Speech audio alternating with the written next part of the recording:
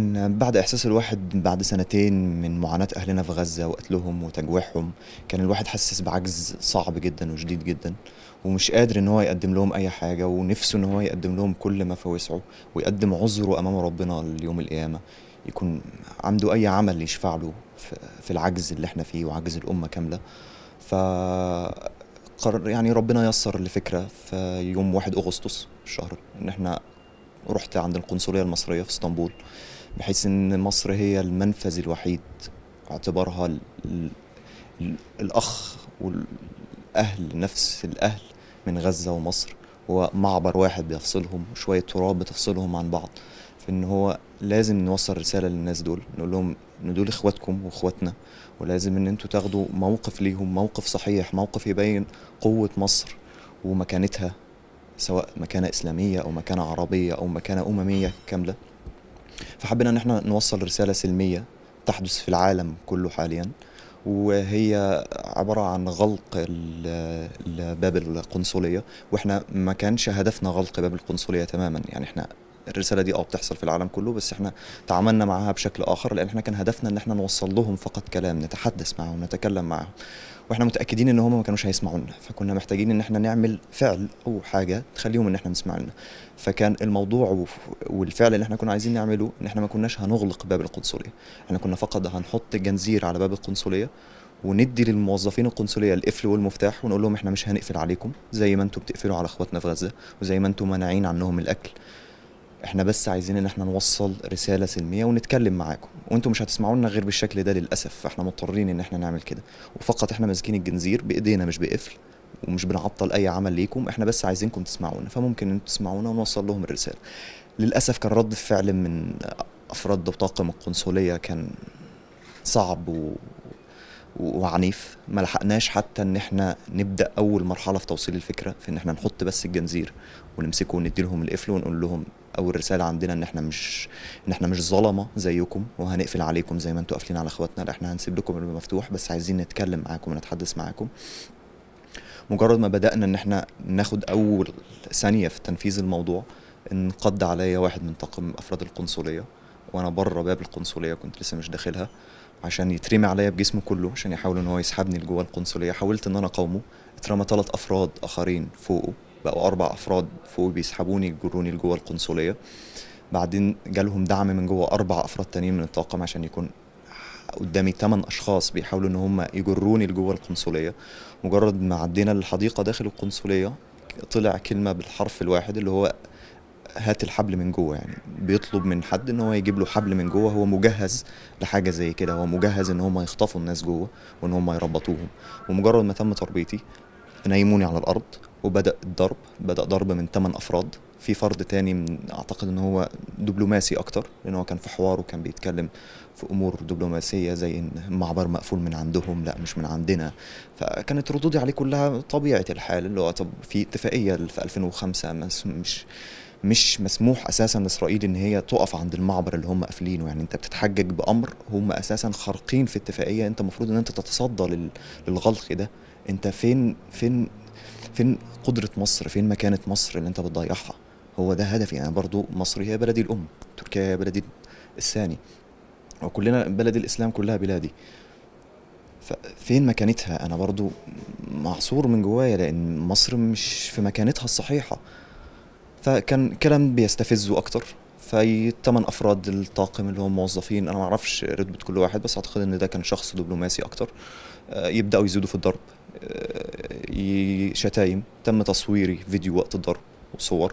الحمد لله في كل فيديو كنت بحاول ان انا اوصل الرساله، كانوا حابين ان هم يعملوا بروباجندا في مصر. تم تهديدي بالترحيل وان انا هترحل لمصر، بس الحمد لله ان هو ما تمش، ربنا منعهم من هذا الامر.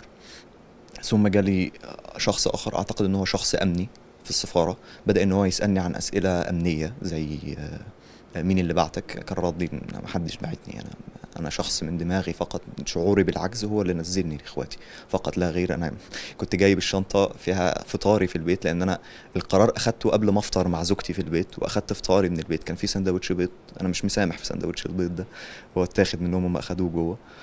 فكنت جاي من بيتي قبل ما افطر حتى فطاري، فما فيش اي حد محركني في اي حاجه، انا اللي محركني قلبي واحساسي باخواتي فقط. لو هو مش عندكم فدي مش مشكلتي.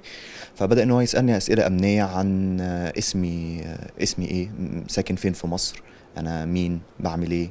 ما جاوبتش عليه في كل الاسئله دي لاني متوقع ان هو ضرر يحصل عليا في مصر. كنت بتعامل بالموضوع باسمي وهويتي التركيه فقط، اللي هي أنور أزاد، عشان أحاول إن أنا أجنب أهلي في مصر أي ضرر، لأن أنا عارف إن الناس دي ظلمة. وللأسف حصل ضرر على أهلي في مصر، وتم اختطاف أخويا من منزله وتلفيق لي تهمة، وتم عرضه على النيابة وأمور أخرى. أنا للأسف مش متابع الأمر لأني منفصل عن التواصل معهم تماما، يعني أمنا ليهم، يعني إن أنا مش عايز إن أنا أتواصل معهم ولا إن هم يتواصلوا معايا، وإن الموضوع مش هيأثر عليا في حاجة. في الأول وفي الآخر أنا بتحرك لله ولربنا فقط، فهو بما ان ربنا معايا فلا يضرني اي احد اخر. بدأ الضرب ان هو يزداد، بما اني مش عايز اديله المعلومات اللي هو عايزها.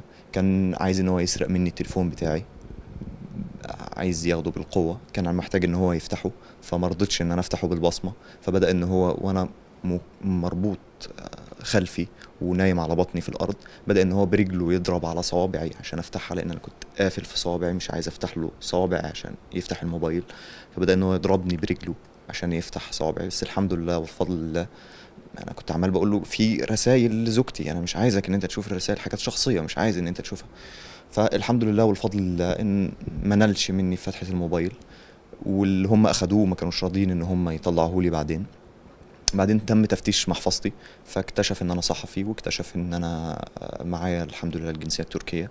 فبدا الكلام يظهر لاول مره ان خلاص مش هنقدر ان احنا نرحله، فاحنا نتصل بالشرطه التركيه عشان نسلمه للشرطه التركيه. والحمد لله كان الشرطه التركيه موجوده في خارج القنصليه، وكانت سامعه صوتي وسامعه استغاثتي بيهم بالضرب اللي كان بيحصل، وسامعه الشتايم اللي كانت عماله تتقال.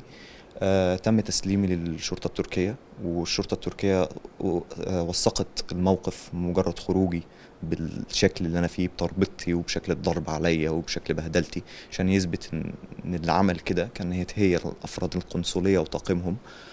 ثم كان تعامل الشرطة التركية أكثر من رائع، يعني كانوا شايفين الوضع على حقيقته، شايفين إنسان مضروب، 10 أفراد جوه عمالين بيضربوا فيه بيدعكوا فيه. فاخدونا، طلبت ان انا اروح للمستشفى. رحت المستشفى، عملت تقرير طبي بجسمي كله، بكل الكدمات اللي فيه وبكل الجراح اللي فيه. بعدين رحنا للقسم، عملنا افاده، ثم تعرضنا على النيابه تاني يوم، ثم اخدنا اخلاء مع متابعه القضيه ومع اجراءات احترازيه زي بصمه ومنع من السفر وامور كذلك. طلعت بعديها بيومين عرفت قصة أخويا، إن أخويا اتاخد. أخويا ملهوش علاقة بأي حاجة، هو بالعكس، إحنا أساسا كنا ضد بعض أساسا في مواضيع كتير من المواضيع دي. وحتى ضابط أمن الدولة عارف المعلومة دي اللي قبض عليه، وهو عارف إن هو ملهوش دعوة بأي حاجة. وكانت رسالته لأخويا إن هو بيكلم أخويا إن هو إحنا عارفين إن أنت مالكش دعوة ومالكش علاقة بأي حاجة، بس إحنا أخدينك تأديبا لأخوك اللي في تركيا. مش فاهم ايه المنطق في الظلم اللي هو فيه.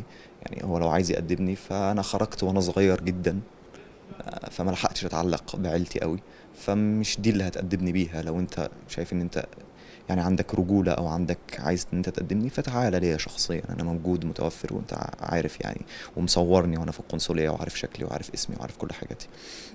فانا باذن الله ناوي ان انا امشي في الامر القانوني برفع قضية على القنصلية المصرية في اسطنبول بتهمة الخطف والاعتداء والتعذيب والتهديد بالترحيل، والله الموفق والمستعان في هذا.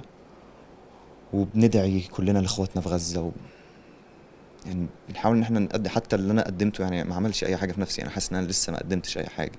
يعني مهما كان الناس هناك بتموت، انا اتضربت شوية، دي ما تشيلش اي حاجة في الميزان، دي ما تكونش اي حاجة.